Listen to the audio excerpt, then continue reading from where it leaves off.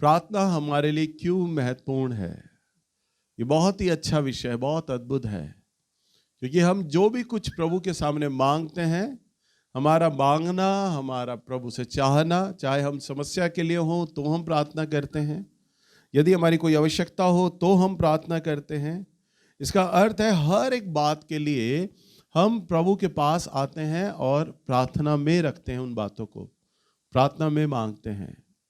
जो प्रार्थना है, इसके विषय में हमें बहुत कुछ सीखना चाहिए, ताकि जितना हम इसके बारे में जागृत होंगे, जानेंगे, सीखेंगे, हमारी प्रार्थना और निखरेगी, हमारी उतनी ही प्रार्थना अच्छी होगी।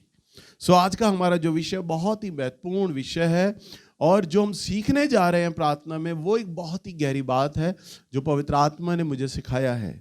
आइए हम देखेंगे वचन में, रोमियो की किताब और इसका 8 अध्याय और इसका 5वां पद। क्योंकि शारीरिक व्यक्ति शरीर की बातों पर मन लगाते हैं, परंतु आध्यात्मिक आत्मा की बातों पर मन लगाते हैं। देखो कितनी सुंदर बात है। शारीरिक व्यक्ति तो शरीर की बातों पर मन लगाता है, परंतु आध्यात्मिक आत्मा की बातों पर मन लगाता है। या 2 प्रकार के लोग हैं। जब आप यहां पर आते हैं चर्च में, 2 प्रकार के लोग हैं, एक शारीरिक और एक आत्मिक। शारीरिक का अर्थ होता है, सुबह के सत्र में हम सीख रहे थे, हम क्या खाएंगे, क्या पिएंगे, क्या पहनेंगे। शरीर का आराम देखते हैं वो लोग, शरीर का आराम देखते हैं, हम शरीर में भले चंगे रहें, अच्छे रहें। अब देखिए इन दिनों सर्दी आ गई है, तो सर्दियों में हमारे चर्च में क्या होता है कि ठंड ज्यादा होती है सुबह, तो लोग सुबह अवॉइड करते आना, दोपहर में ज्यादा लोग आते हैं। तो जो नए लोग हैं वो भी दोपहर वाली सभा में आते हैं, 2 बजे वाली सभा में आने लग जाते हैं। परंतु 2 बजे वाली सभा में मैं गहरा वचन देता हूं, लोगों को समझ नहीं आता, पर आते हैं वो किस लिए? ठंड से बच जाएं, धूप में जाएंगे। परंतु 2 बजे वाला वचन वो आप लोगों के हिसाब का नहीं होता, समझ भी नहीं आएगा, आपका आना बेकार हो जाएगा। समझ पा रहे हैं? इसलिए शरीर को देखते हैं, आराम देखते हैं, ठंड है भाई हम वहां पर जाएं। और जब गर्मियां आ जाती हैं, तब लोग जितने भी हमारे पुराने भी लोग हैं ना, वो ठंडे ठंडे में आते हैं, सुबह 8 बजे वाली में आ जाए, 10 वाली में आ जाए, तो 12 और 1 बजे वाली में धूप हो जाती है, तेज धूप हो जाती है। हम धूप से बचे, गर्मी से बचे, सुबह सुबह जाएंगे, चर्च अटेंड कर लेंगे। तो हमारे जो पुराने लोग हैं वो भी गर्मी से बचने के लिए सुबह वाली सभा में आते हैं, यानी शरीर पर ध्यान देते हैं। परंतु हम देखते हैं क्या लिखा है, जो आत्मिक व्यक्ति है वो आत्मा की बातों पर मन लगाता है। आपको क्या देखना है? मुझे कौन सा वचन सीखना है? आपको उस सभा में आना है, चाहे वो ठंड हो, गर्मी हो, बरसात हो, आपको आत्मा पे मन लगाना है, शरीर पर नहीं। हमें सबसे ज्यादा प्रभु में बढ़ने के लिए अगर कोई रोकता है तो वह है आपका शरीर। प्रार्थना में अगर कोई हमें रोकता है तो वह है आपका शरीर। लिखा है आध्यात्मिक व्यक्ति आत्मा की बातों पर मन लगाता है। 6वां पद, ये बहुत सुंदर पद है। हाँ, शरीर पर मन लगाना तो मृत्यु है, परंतु आत्मा पर मन लगाना जीवन और शांति है। शरीर पर तो मन लगाना क्या है? क्या है? मृत्यु। और आत्मा पर मन लगाना जीवन और। अगर आप शरीर पर मन लगाएंगे, आप कहेंगे भैया हम शरीर पर मन लगा रहे हैं, मर तो रहे ही नहीं। शारीरिक मौत नहीं, आत्मिक मौत। या तो आप प्रभु से प्यार कर लो, या प्रभु को पालो, या अपने शरीर को पालो। वचन में लिखा है शरीर पर मन लगाना तो मृत्यु है, परंतु आत्मा पर मन लगाना जीवन और शांति है। ये इस बात को और अच्छे से बताएगा 7वां पद, क्योंकि शरीर पर मन लगाना तो परमेश्वर से बैर रखना है। हाँ, क्या है? शरीर पर मन लगाना क्या है? अब जो लोग ठंड देखकर दोपहर में आते हैं, और जो गर्मी देखकर सुबह आते हैं, भले ही वो चर्च में आ रहे हो, भवन में आ रहे हो, प्रभु का वचन सुनकर आ रहे हो, परंतु उनका जो लक्ष्य है, उनका जो ध्यान है ना, वो कहां पर है? पहले शरीर पर है। हमारे शरीर को कष्ट नहीं होना चाहिए। देखिए, जब आप प्रभु के पास आते हैं ना, तो कष्ट तो आपके झोली में आना ही आना है, समस्या आना ही आना है, बलिदान आना ही आना है, इनसे आप भाग नहीं सकते। हालेलुया। आपको इन राहों से गुजरना है। वचन में लिखा है, यदि शरीर पर आप मन लगाएंगे तो परमेश्वर से आप बैर करेंगे, विरोध करेंगे आप प्रभु को। भले ही आप प्रभु की सेवा करते हो, भले ही आप प्रभु के भवन में आते हो, जहां आपने शरीर की बातों पर मन लगाया, वहीं आप अपने जीवन से परमेश्वर से बैर करने लग गए। और आगे क्या लिखा है? क्योंकि ना तो परमेश्वर की व्यवस्था के अधीन है और ना हो सकता है। हाँ, और ऐसा व्यक्ति क्या होगा? ना वो परमेश्वर की व्यवस्था के अधीन हो पाएगा और ना हो सकता। यानी वो व्यक्ति परमेश्वर के वचन पर चल ही नहीं सकता, चाहे वो कितना प्रयास करे, क्योंकि उसका ध्यान तो पूरा का पूरा क्या है? शरीर पर है। प्रभु के दास पौलुस एक बड़ी अच्छी बात लिखते हैं, निकालिए पहला कुरिन्थियों की किताब, इसका 9 अध्याय और इसका 27वां पद। परंतु मैं अपनी देह को मारता कूटता और वश में लाता हूं। बस, पौलुस कितनी सुंदर बात लिखते हैं। मैं अपनी देह को मारता कूटता और क्या करता हूं? वश में लाता हूं। क्या करता हूं? अब मारना कूटना वो नहीं जो आप पहले देखा करते थे, पहले वो हंटर मारते थे ठा करके, वो नहीं। मारना कूटना और वश में लाने का मतलब है कि अपने शरीर को प्रभु की इच्छा के अनुसार अधीनता में लाना, अपने शरीर को प्रभु की सेवकाई के लिए अधीनता में लाना। देखिए, ये बिल्कुल परस्पर ऐसा है जैसे दो पहलवान आपस में जब लड़ते हैं ना, तो दोनों दांव खेलते हैं। सामने वाला पहलवान दूसरे वाले को गिराने की कोशिश करता है, ये वाला पहलवान इस वाले पहलवान को अखाड़े में गिराने की कोशिश करता है। यानी दोनों पहलवानों में क्या चलता है? झगड़ा चलता है, द्वंद्व चलता है। इसलिए वो एक दूसरे को काबू पर करते हैं, कंट्रोल में लाने का करते हैं। ऐसे ही शरीर और आत्मा दोनों एक तरह के पहलवान है। शरीर एक पहलवान अलग, आत्मा एक पहलवान अलग, दोनों में क्या चल रहा है? झगड़ा चल रहा है, और दोनों एक दूसरे को दबाने पर है। शरीर दबाने का प्रयास करता है आत्मा की बातों को, और आत्मा प्रयास करता है शरीर की बातों को दबाने का। और आप जिसकी तरफ आपका झुकाव है, जिसे आप चाहते हैं कि वो जीत जाए, तो वो पहलवान जीत जाएगा। अगर आप शरीर की बातों पर ध्यान देंगे, तो जो शारीरिक पहलवान है वो आत्मा को पहलवान को दबा देगा।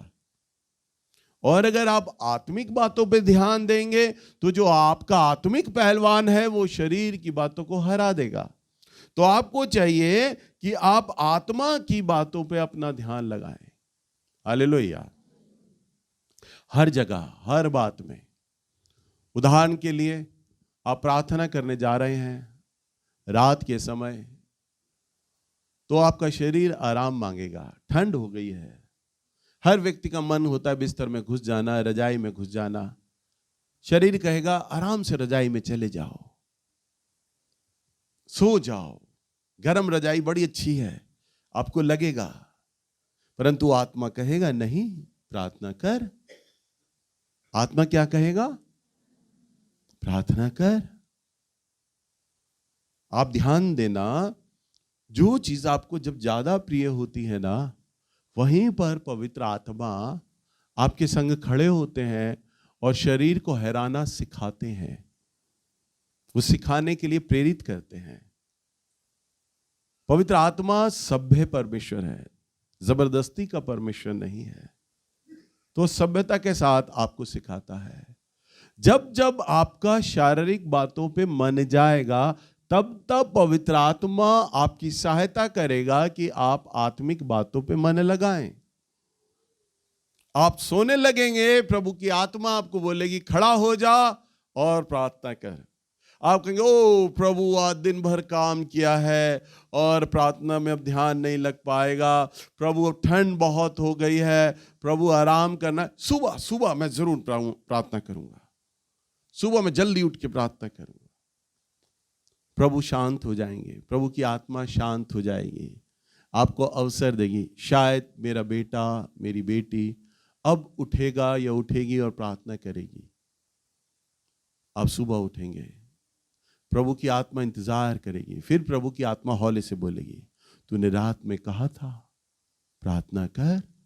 आप कहोगे प्रभु अभी ठंड बहुत है, देखो मेरे जीवन साथी ने, मेरे बेटे बेटी अभी बाहर से होके आ रहे हैं, वो बोल रहे हैं अरे मम्मी बहुत बहुत कोहरा हो रहा है, आज तो बहुत ज्यादा ठंड पड़ रही है। प्रभु आज तो ठंड बहुत ज्यादा है, मैं रजाई से निकलूंगा या निकलूंगी तो मुझे ठंड लग जाएगी, अभी कुछ देर बाद अभी हम प्रार्थना करेंगे। तो कौन रोक रहा है आपको प्रार्थना करने के लिए? शरीर। प्रभु यीशु मसीह भी जब अंतिम प्रार्थना अपने चेलों को कहते हैं कि मेरे लिए प्रार्थना करो, प्रभु ने उन्हें बोला और लिखा है थोड़ी दूर गए और प्रभु यीशु मसीह ने प्रार्थना किया और वापस जब अपने चेलों के पास आए तो अपने चेलों को सोता हुआ पाया, चेले सो गए। और वो एक ऐसी प्रार्थना थी जो बिल्कुल अंतिम प्रार्थना थी, आखिर की प्रार्थना थी। प्रभु यीशु मसीह का मन घबरा रहा था, प्रभु यीशु मसीह क्रूस पर चढ़ाए जाने वाले थे। प्रभु यीशु मसीह ने बोला अब मैं अरेस्ट होने वाला हूं, क्रूस पर चढ़ाया जाऊंगा, मेरे लिए जागो, मेरे लिए प्रार्थना करो, इतनी बड़ी मुसीबत आ रही है सर पर, तुम प्रार्थना करो। पर वचन में लिखा है वो सो गए। प्रभु ने जगाया, उठो प्रार्थना करो। वो जाके हाँ हाँ हाँ गुरुजी प्रार्थना करते हैं प्रार्थना करते हैं। प्रभु फिर चले गए, चेलों को जगा के, चेले आंख बंद करके बैठ गए। हे प्रभु से प्रार्थना करने लगे, हे परम पिता ईश्वर, प्रभु सहायता कर हमारे रब्बी की। प्रभु प्रार्थना कर रहे हैं, फिर जाके चेले धीरे धीरे प्रार्थना कराते करते फिर सो गए। फिर प्रभु दोबारा आए, 3 बार आए अपने चेलों के पास और लिखा है जब तीसरी बार आए तो उन्हें सोता पाया। प्रभु ने कहा आत्मा तो तैयार है परंतु शरीर निर्बल है। हालेलुया। आपकी जितनी आत्मा है ना, जितने लोग हैं, आत्मा तैयार है परंतु शरीर कमजोर है। आप में से ऐसा कोई भी आदमी नहीं होगा जो पवित्र जीवन ना चाहता हो। सब चाहते हैं मेरा पवित्र जीवन हो जाए, सब चाहते हैं मैं ऐसा जीवन जीऊं जो प्रभु को भाता हो, जो प्रभु के मन अनुसार हो। आप सब चाहते हैं मैं ऐसा जीवन जीऊं जो परमेश्वर की इच्छा के अनुसार हो। हालेलुया। भाई आप सब लोग मेरी इन बातों से सहमत है या नहीं? है या नहीं? पर आप क्या पवित्र जीवन जी पा रहे हैं? क्या आप प्रभु की इच्छा में चल पा रहे हैं? आत्मा तैयार है, चाहता है पवित्र जीवन, आत्मा तैयार है प्रभु की इच्छा पे चलना, पर कौन है जो आपको रोक रहा है? आपका शरीर। हालेलुया। सो आज हम शरीर के बारे में ही तो सीख रहे हैं। हमारा जो शत्रु है वो है शरीर, हमें जो रोके जा रहा है। इसलिए पौलुस कहता है कि मैं अपने शरीर को मारता कूटता और वश में लाता हूं, मैं इसको कंट्रोल कर रहा हूं। शरीर कहता है तुझे सो जाना चाहिए, परंतु मैं कंट्रोल करता हूं, नहीं मुझे खड़े हो जाना चाहिए, बिस्तर से बाहर आ जाना चाहिए। हालेलुया। मुझे बाहर आ जाना चाहिए। रात के समय जब मैं प्रार्थना करने लगता हूं तो कई बार मैं जब पलंग पर बैठकर प्रार्थना करता हूं, मैं अपने शरीर को सुस्त पाता हूं। 12 साढ़े 12 का वक्त होता है, मेरी पत्नी मेरे बच्चे बिस्तर पे चले जाते हैं, मैं बाहर ड्राइंग रूम में बैठा होता हूँ और मेरे अपने शरीर में एक सुस्ती महसूस करता हूँ कि मेरे शरीर में सुस्ती आ रही है और मेरा शरीर अब नींद मांग रहा है। तो मैं खड़ा हो जाता हूँ, मैं सच कह रहा हूँ, मैं खड़ा हो जाता हूँ और मैं चलना फिरना आरंभ कर देता हूँ ड्राइंग रूम में, और चलते चलते मैं प्रार्थना करने लग जाता हूँ। वो सब सो रहे हैं परंतु मैं अकेला जाग रहा हूं और मैं खड़ा होकर प्रार्थना कर रहा हूं। मैं चल रहा हूं, मैं चल इसलिए रहा हूं क्योंकि मुझे अपने शरीर को जगाना है।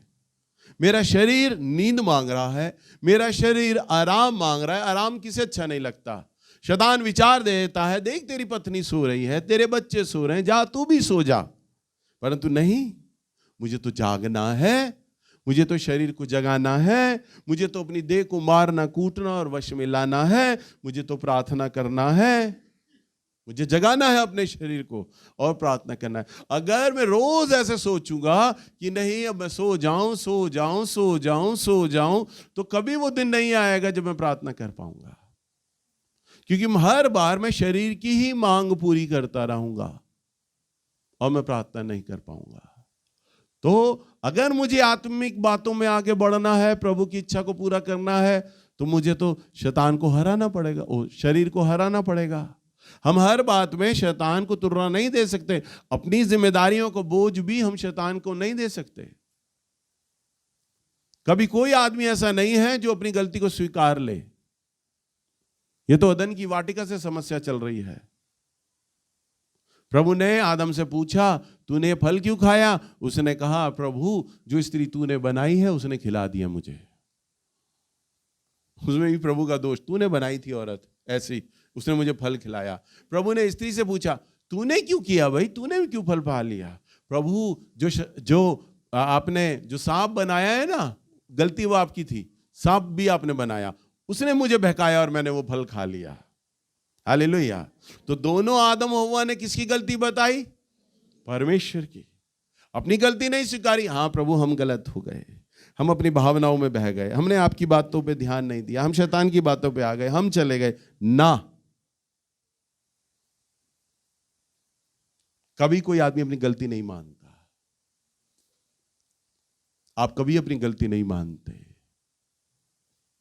आपका प्रार्थना का जीवन नहीं है तो भैया मेरे परिवार में माहौल नहीं है।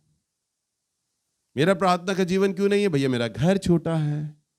आपका प्रार्थना का जीवन क्यों नहीं है? भैया मेरे घर में किचकिच होती रहती है, लड़ाई झगड़ा होता रहता है। आपका प्रार्थना का जीवन क्यों नहीं है? भैया मैं बिजी बहुत रहता हूं, टाइम ही नहीं मिलता मुझे। आप घर की परिस्थितियों को, समय को, परिवार की बातों को, अपने घर के कलेशों को जिम्मेदार बना देते हैं, पर आप जिम्मेदारी खुद नहीं ओढ़ते, क्योंकि आपको पता है मैं शरीर से कमजोर हूं, मैं शरीर की बातों पर आ जाता हूं। अगर आज से आप शरीर की बातों को ध्यान देना बंद कर दें और शरीर और इस संघर्ष में आप आत्मा के साथ खड़े हो जाएं और शरीर के पहलवान को हरा दें, तो आप पाएंगे कि मेरे लिए तो सब कुछ आसान था, परंतु मेरा जो ध्यान था ना अब तक वो शरीर की बातों पर था। हालेलुया। इसलिए पौलुस कहता है, मैं अपनी देह को मारता कूटता और वश में लाता हूं। आपको जो प्रार्थना करनी है, आपको अपनी देह को मारना कूटना है। आपको पवित्र जीवन जीना है, आपको अपनी देह को मारना कूटना है। जब आपको अपनी सेवा करनी है तब आपको देह को मारना कूटना है। मैं सुबह के समय उठता हूं, कई बार मैं जब रात को देर से घर आता हूं तो भी मैं सुबह सुबह तैयार होकर आ जाता हूं। मेरे पास कोई एक्सक्यूज नहीं है, कोई बहाना नहीं है, क्योंकि मैं अपने परमेश्वर को लेखा देना। मेरा प्रभु जानता है कि तू बीमार है या नहीं है, कमजोर है या नहीं है, मुझे लेखा मेरे प्रभु को देना है। मैं अपने किसी भी प्रचारक पास्टर को कह सकता हूं सुबह वाला चर्च तुम ले लेना, मैं नहीं लूंगा, परंतु नहीं, मैं 8 बजे वाली सभाओं में भी आता हूं, 10 वाली में भी आता हूं। मुझे प्रचार करना है, क्योंकि मुझे मेरा लेखा मुझे मेरे परमेश्वर को देना। और लेखा की तो बात बहुत दूर है, मुझे अपने प्रभु से प्यार है। और जब आप किसी को प्यार करते तो आप उसके लिए सब कुछ करते हैं। हालेलुया। सो आपको क्या करना है? अपनी देह को मारना कूटना और क्या करना है? इसे वश में लाना है। इसलिए हम एक और पद को देखते हैं, निकालिए मत्ती की किताब, इसका 6 अध्याय और इसका 14 पद। बहुत ही अच्छा उदाहरण है। इसीलिए यदि तुम मनुष्य के अपराध क्षमा करोगे तो तुम्हारा स्वर्गीय पिता भी तुम्हें क्षमा करेगा, और यदि तुम मनुष्य के अपराध क्षमा ना करोगे तो तुम्हारा पिता भी तुम्हारे अपराध क्षमा ना करेगा। क्या कहता है प्रभु का वचन? मत्ती 6:14।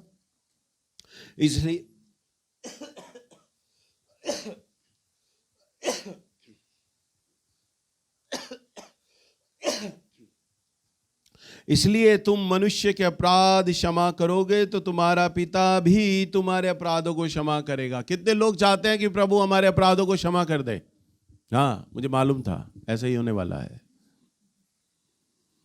मैं अपनी आदत से मजबूर हूं, पूछने से मांगता नहीं, और आप अपनी आदत से मजबूर है। जब तक हाथ खड़ा ना कर लें आपको भी तसल्ली नहीं होती। हालेलुया। आप सब क्षमा चाहते हैं, परंतु देखो प्रभु का वचन क्या कहता है। प्रभु कहता है इसलिए यदि तुम मनुष्य के अपराध को क्षमा करोगे, क्या कहता है? इसलिए यदि तुम मनुष्य के अपराध को क्षमा करोगे तो तुम्हारा स्वर्गीय पिता भी तुम्हें क्षमा करेगा। हालेलुया। आपको क्षमा मिलने का कंडीशन क्या है बताओ? दूसरों की गलतियों को, और चाहे वो कितनी बड़ी हो या कितनी छोटी हो। आपकी आंखों में कोई ऐसा आदमी तो नहीं है जो आपको चुभता हो, जिसके आने से आप अनकंफर्टेबल हो जाएं, आपको अच्छा न लगे उसकी उपस्थिति। ऐसा कोई आदमी आपके जीवन में तो नहीं है? बताओ। ये मुंडी मत हिलाओ, हाँ? झूठ बोल रहे हो, झूठ बोले कौआ काटे हैं? मैं जानता हूं आपके जीवन में ऐसे व्यक्ति हैं जिनका नाम सुनना आप नहीं चाहते। अगर जो आपके आसपास आ जाए आपको अच्छा नहीं लगता, आप उससे बात करना नहीं चाहते, मिलना नहीं चाहते। प्रभु कहते हैं यदि तुम किसी के अपराधों को क्षमा नहीं करोगे तो कहता है मैं भी तुम्हारे अपराधों को क्षमा नहीं कर पाऊंगा। 15वां पद में,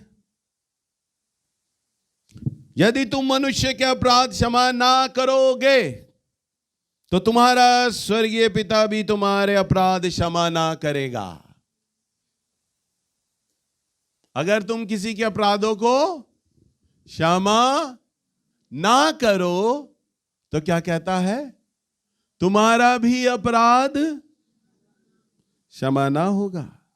अब देखो, तुम्हारा अपराध क्षमा होना है, तुम्हें सामने वाले को क्षमा करना है, आप कैसे माफ करोगे? आपका अहम, आपका ईगो आपके आड़े आ रहेगा। आपको वो अच्छा बताएगा, नहीं तुम बहुत भले हो, तुम तो बहुत दुखी मनुष्य हो, तुम्हें कोई समझता नहीं है, गलती तुम्हारी नहीं थी, सामने वाले की थी। सामने वाले ने गाली बोली, सामने वाले ने झूठ बोला, सामने वाले ने अपमान किया, मेरा तो कोई गलती नहीं था।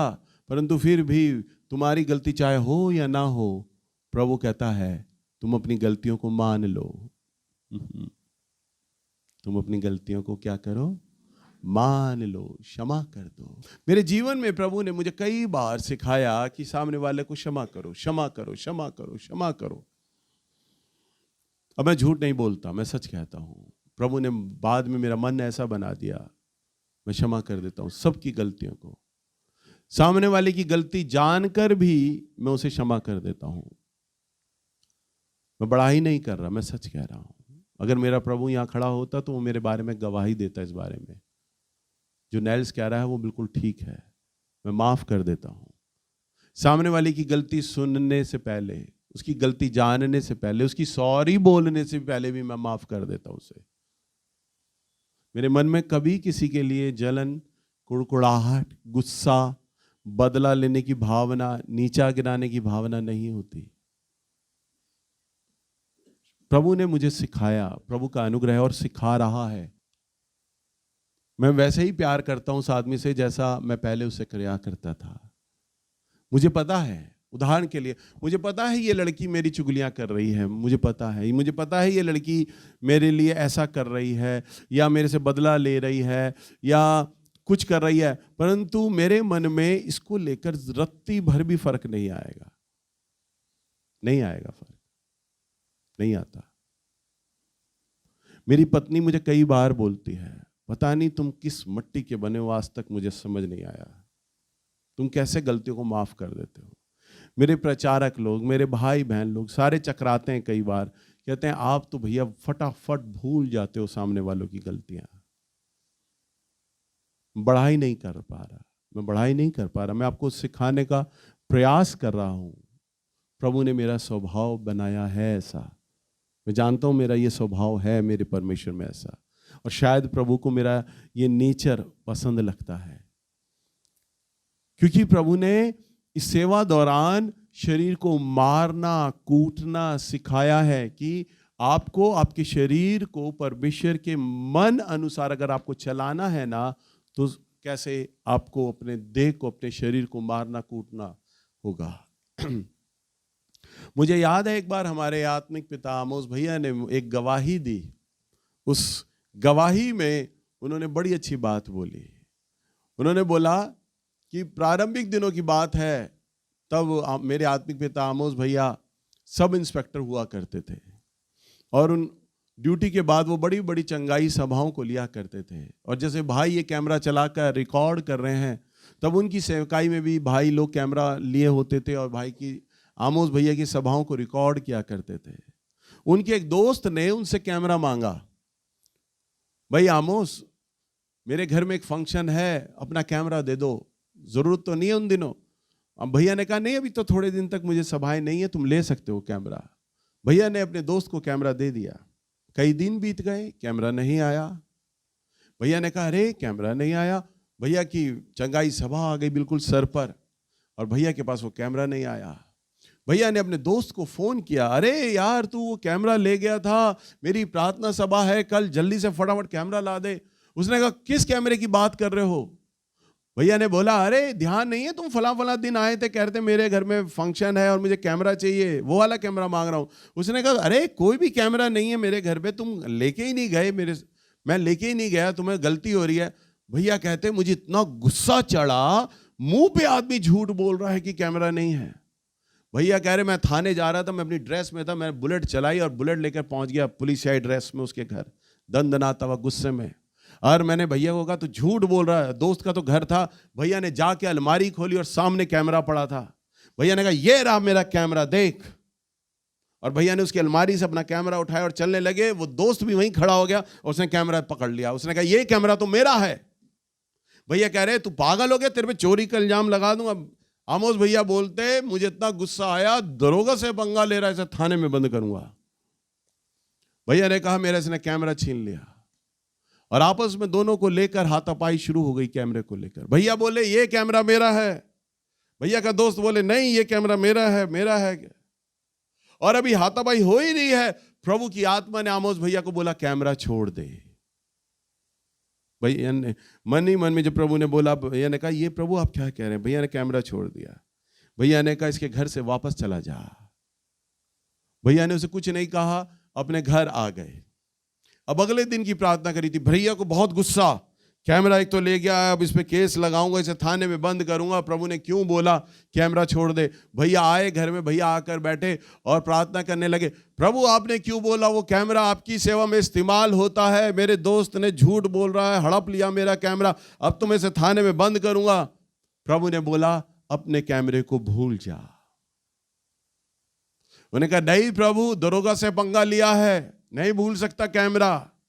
प्रभु ने कहा तुझे कैमरा चाहिए या मैं चाहिए?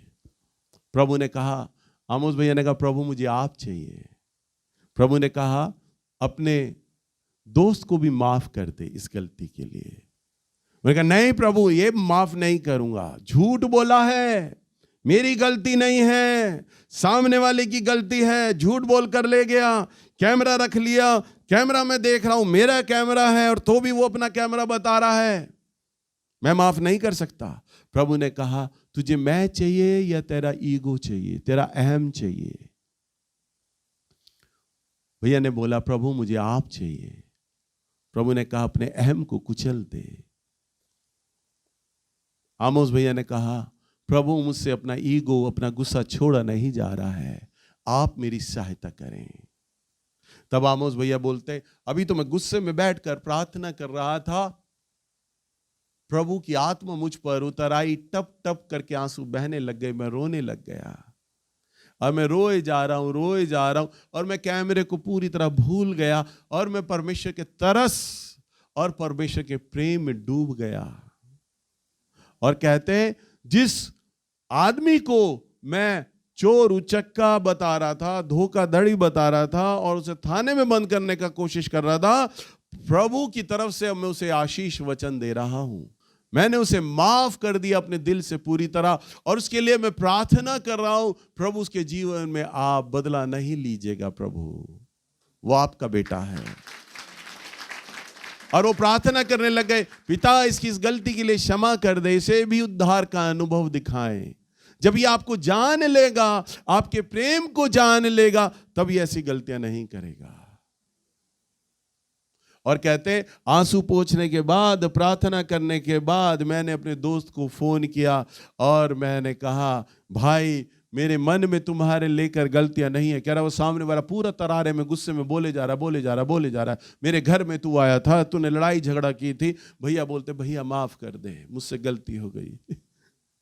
तेरे घर में मैं आया था, मुझसे गलती हो गई। उसने कहा सारे पड़ोसियों ने सुना तेरा झगड़ा, कह रहा मैं आके सबसे माफी मांग लूंगा, मुझे माफ कर दे। कह रहे भैया भाई भाभी को बच्चे को रात के खाने पे लाना। कह रहे मैंने बहुत देर तक उससे फोन पे माफी करता रहा। भैया कह रहे मेरी गलतियां नहीं थी, कोई भी रत्ती भर गलती नहीं थी, तो भी प्रभु के आगे माफी मांगी और उसके आगे माफी मांग रहा हूं और उसे इनवाइट कर रहा हूं अपने घर में खाने के लिए। कह रही मेरी पत्नी झगड़ रही, तुमने उसे खाने पे क्यों बुला लिया उस चोरू चक्के को। भैया कहते हैं नहीं, मुझे प्रभु ने बोला है। हालेलुया। और उसे खाने पे बुलाते, उसकी पत्नी को, उसके बच्चे को पूरा आदर मान सम्मान देते, जिसने कैमरा रख लिया है। मैं अपनी देह को मारता कूटता और वश में लाता हूं। हालेलुया। ये है मेरा परमेश्वर। ऐसे ऐसे ऐसे दे शरीर को मारता कूटता और वश में लाता है। प्रभु को ऐसे लोग नहीं चाहिए, मैं झुकेगा नहीं, ऐसे लोग नहीं चाहिए। और जो कहते हैं ना मैं झुकेगा नहीं, प्रभु कहता है हाँ मुझे तुझे ही तो चाहिए, तुझे ही तो झुकाऊंगा मैं। हालेलुया। समझ पा रहे हैं? अभी मेरे ताऊ नीचे मुझे यही तो समझा रहे थे, बेटा तू बहुत ज्यादा झुक जाता है, लोग तेरा फायदा उठा लेते हैं। मैंने कहा कोई बात नहीं ताऊ, उठाने दो। हालेलुया। आपको परमेश्वर को प्रसन्न करना है। आपको किसको प्रसन्न करना है? ना गलतियां होने पर भी प्रभु कहता है अपनी गलतियों को मान लेना है। हालेलुया। अभी तो गलती भी नहीं है, आप तो कम से कम अपनी जो गलतियां करी हैं उन्हीं को मान लो। पर परमेश्वर के साथ अगर एनकाउंटर हो गया ना, तो प्रभु आपकी उन गलतियों की भी माफी दिलवाएगा जो गलतियां आपने नहीं की। जो सामने वाला गलत होगा, प्रभु कहेगा वो बिल्कुल ठीक है, तू ही गलत है, उसको माफ कर। फोन मिला, उससे बात कर, उसके घर जा, उसको गले लगा, अपने घर इनवाइट कर खाने पे और उससे अपनी गलतियां मान ले, अगर तुझे मेरे स्वर्ग के राज्य में आना है। क्योंकि मेरा वचन तो ये कहता है यदि तू उसे क्षमा करेगा तो मैं तुझे क्षमा करूंगा, और यदि तू उसके अपराधों को ढांक लेगा, रख लेगा, तो मैं भी तेरे अपराधों को रख लूंगा। हालेलुया। मैं जब प्रभु के आगे बैठूंगा, प्रभु जी आप मेरी गलतियों को क्षमा कर दें, परमेश्वर कहेगा फला फला व्यक्ति, उसके विषय में तेरे मन में मैल है, झगड़ा है, लड़ाई है, तू उसकी शक्ल नहीं देखना चाहता, उससे बात करना नहीं चाहता, तो मैं तुझे कैसे माफ कर दूं? जा पहले उसकी गलतियों को, अपराधों को माफ कर।